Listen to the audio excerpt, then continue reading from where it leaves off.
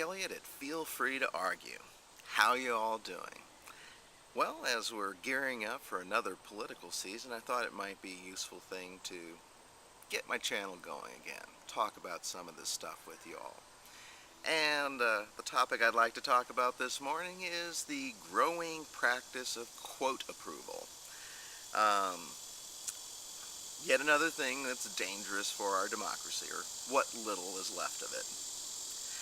Apparently, in recent times, the practice of quote approval, in other words, submitting quotations that you have taken from government leaders of various types, and when you interview them, before you print anything that they say, you send it basically to them and ask them if it's okay if you publish that they said these things. Now, this is differentiated from the practice that existed before of quote verification. It's not just a matter where you're saying to the political operative, is this exactly what you said? There's no question of that. There are tape recorders. They know that that's what you said. The question is, are you comfortable with us saying that this is what you said? And if you're not, just say so. Let's talk a little bit about it. Here's a quotation from the New York Times itself, talking about it and others doing this practice. Quote approval is standard practice for the Obama campaign, used by many top strategists and almost all mid-level aides in Chicago and at the White House. Almost anyone other than spokesmen who are paid to be quoted. And sometimes it applies even to them. It is also commonplace throughout Washington and on the campaign trail. The Romney campaign insists that journalists interviewing any of Mitt Romney's 5 sons agree to use only quotations that are approved by the press office. And Romney advisors almost always require that reporters ask them for the green light on anything from a conversation that they would like to include in an article. From Capitol Hill to the Treasury Department, interviews granted only with quote approval have become the default position. So, our supposedly oppositional journalists who are supposed to be telling us about, what the flaws are with these candidates are so subservient to them, in many cases, that they do not print anything which the candidate does not expressly approve of. And in case you're thinking that this is just, fights over factual statements, it's often things like colorful language that is stripped out of an article. There are all kinds of justifications. But the real problem is that this really indicates a highly subservient relationship between the journalists who are supposed to be asking questions on our behalf, and instead they seem to exist as PR departments for these powerful political figures. In fact, I'm not exactly sure where the line between public relations and actual journalism is if this practice is commonplace. What is the difference, honestly, if nothing bad is ever said about the candidates, unless somehow it happens with their approval, which I guess would be an accident. But I mean, it's more pervasive in the sense that it ends up influencing all different other areas. Like, as the quotation said, this is becoming common practice further and further down. Lower and lower officials are now feeling free to insist on having this capability. Now, there are a variety of reasons people come up for why this has to be. The most typical was given here by the New York Times' Scott Shane when he was explaining why he was giving anonymity to Obama administration officials who were contesting the civilian deaths associated with drone strikes. Shane defended the use of the anonymous quotes in the two articles, saying that he and his editors agreed that the quotes were needed to give some voice from the other side, that is, the government, in articles reporting allegations of civilian deaths.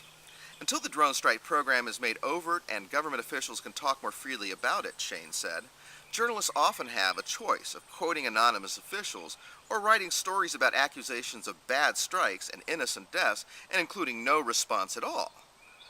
I feel it's important to include some voices from the other side, and my editors have agreed. In addition, it seems to me important to citizens to know what the government says, even if some citizens find the statements unpersuasive or worse. Now, like a lot of things in this area, it can sound sort of semi-persuasive as long as you don't think about it too much. But the second you do start to think about it, the whole thing falls apart. Why do we need to offer any kind of anonymity at all to Obama administration officials? Now, one of two things is happening here. Either these administration officials are not qualified to speak about the area that they're speaking about, in which case, why are we taking quotations from them in the first place? Or they are qualified to talk about these things, and it's their fucking job to talk about these things. In which case, why are they given the shelter of anonymity? They are government officials doing their job, talking about their alleged area of expertise. Why cannot they be held accountable? Why can they not be quoted directly and by name? Now, if they were whistleblowers and they were trying to say something that the government didn't like, if they were trying to expose something, that, say, the government was doing wrong, or illegal activities, graft, any kind of corruption, I could see that. I could see why those people need protection, because their job is at risk. But government officials supporting the government position, what the hell do they need anonymity for? Clearly, they don't. They just want it. They want it because it's nicer to not have to stand and defend your statements. It's nice to just kind of be quoted in the dark, because you don't ever have to, if it's found out later, as it will be, that it's just a bunch of bullshit, nobody has anybody to point the finger at.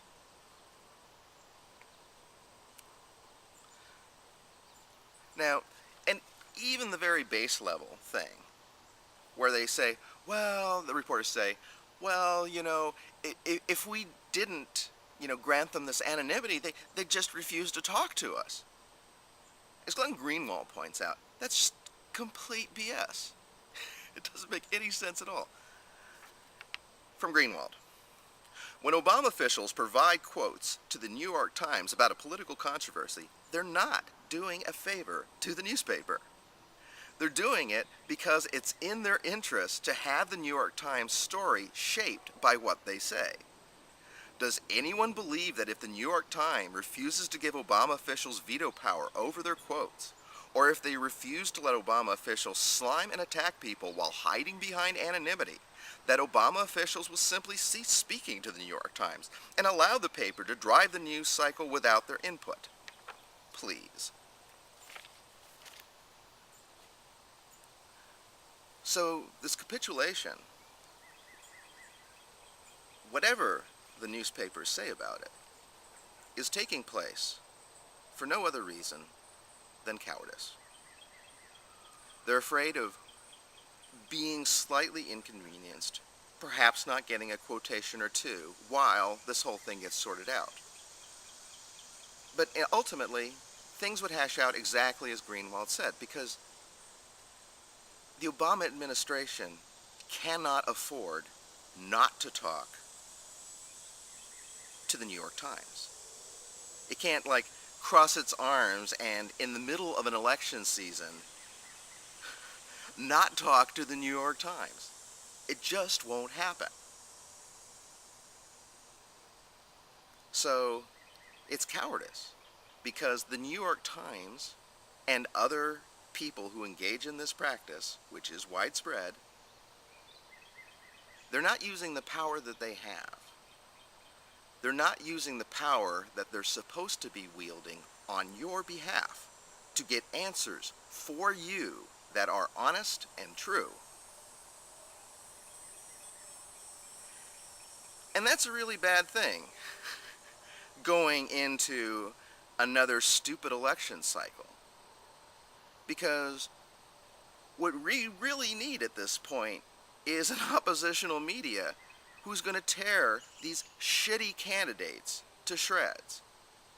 Because Romney and Obama are both incredibly shitty candidates. But you know what? If all you hear about them is what they themselves think is okay for you to hear about them, then you're going to have a real hard time finding out what shitty candidates they are. And that, at the end of the day, is the real problem with this.